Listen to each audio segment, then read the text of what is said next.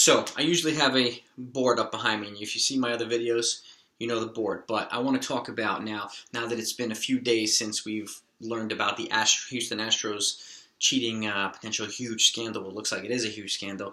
Now that we've had a couple of days to kind of digest the information and digest the facts, I want to post up a follow-up video to what I originally posted on this scandal, which was the day after, actually the night of it being released. So if you want to watch that video, click the subscribe button and click the bell next to it, so that you not only have access to that video, but you know when I post up the new ones. And my channel is all baseball specific. I have free agent predictions, contract predictions. I do off-season predictions for each team. Or teams on request. So if you like those types of videos, watch them. But anyway, I want to post a follow-up to my original video pertaining to the Houston Astros, because now we know more information. Okay. Now we know that Carlos Beltran has been implicated. We know that A.J. Hinch has been implicated. We also know that Alex Cora has been implicated. Now, there are some similarities, there are some differences that would need to be pointed out.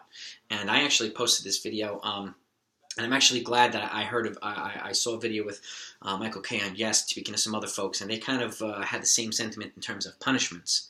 Now, my initial opinion on my original video was let's determine the amount of time that has been confirmed they've been cheating. So let's use 3 years as an arbitrary number, okay?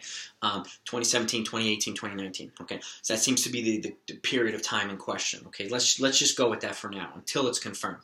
Now, my opinion was to have draft picks forfeited for that same amount of years, so 3 years of draft picks from rounds 1 through 5 forfeited, as well as international pool spending money that every team gets allocated for international signings, forfeited for those years, okay?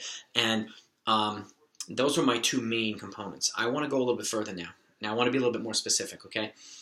I think that it should go two different ways, especially after talking to some people who, for some reason, think that if the Yankees get these draft picks, that it's just going to further benefit an already privileged team. Well, the bottom line is, the teams that you screwed, if you steal money from a bank, you'll likely go to jail, but the bank has to get the money back, right? Or insurance, or if you steal money from somebody, you generally pay that person back the money. You don't give it to someone else, okay? So this is the way I want to break it down.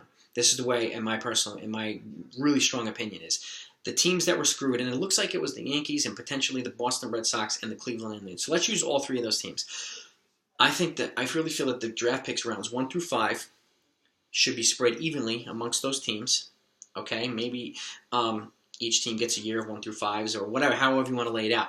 But the teams that were screwed those years or cheated those years by the Astros should be the ones to get those draft picks. Period. That's it.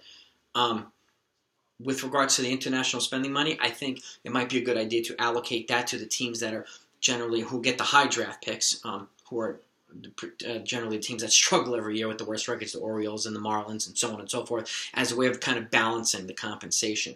I think the draft pick compensation should go to the teams that pick on the bottom of the draft, which is why I kind of set it up that way. Okay, the Yankees, the Red Sox, and the Cleveland Indians generally pick on the bottom of the rounds. They don't get the Garrett Coles. They don't get the Bryce Harpers in the draft. You rarely see them ever pick 1, 2, and 3. You just don't. They pick on the bottom. So I think they should be the ones to get those draft picks, okay? And those draft picks are going to be on the bottom anyway because it comes from the Houston Astros. So it's just an extra pick on the bottom of the first round and second and third, fourth, fifth, so whatever. I think that the poor teams, are the teams that generally get the high draft picks, should be the one to get the international money. So that's spread evenly. There's no complaining. There's no the Yankees and the Red Sox or Indians are being privileged or whatever and everybody else being hosed. Okay, my personal opinion is the teams that go screwed should get everything, but to be fair, the teams that struggle the most and who underperform should be the ones to get a little bit of boost by getting the international money.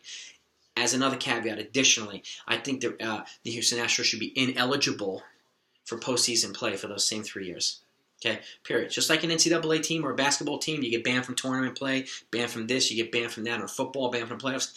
The accountability has to go into Major League Baseball. It's the big league, so the accountability should be big league. It should hurt bad enough so that they won't do this again, unlike Spygate with the New England Patriots. Okay, where Bill Belichick got a fine, I think it was $250,000, and the Patriots got a fine of $500,000 and like a slap on the wrist. $500,000 is weekend money for Robert Kraft, who paid that, who probably likely paid Belichick's fine too. It's like the equivalent of you and I getting fined $1.50. Okay, so that's a slap on the wrist. There needs to be bigger punishments to make sure that this doesn't go moving forward. Now, with those three players, I wanted to point out, keep in mind, Beltran was a player back then. Okay. He will be protected by the players' union. Cora and AJ Hinch were coaches. They will not. So the accountability is going to be different. Okay, I do think if Cora and Hinch get banned or suspended for a year, it's justified. I'm not exactly sure what to do with Beltran because I'm not sure how involved he was, and he was obviously either following directions, but there are some rumors about him being part of one of the masterminds to this, to help orchestrate this, and if he is, then he should have a full year suspension as well.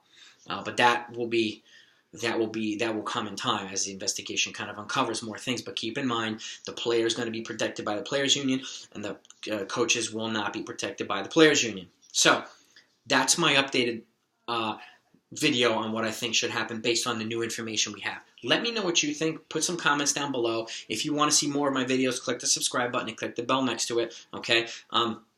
I really appreciate the feedback and the comments that I get on all of my other videos as well. Let's put on our GM hats. We're all diehard baseball sports fans here, so we take this stuff personally. So let's get involved. Let's have a dialogue, and let's make sure stuff like this doesn't keep happening as well. We'll do our part to at least increase the awareness. Okay?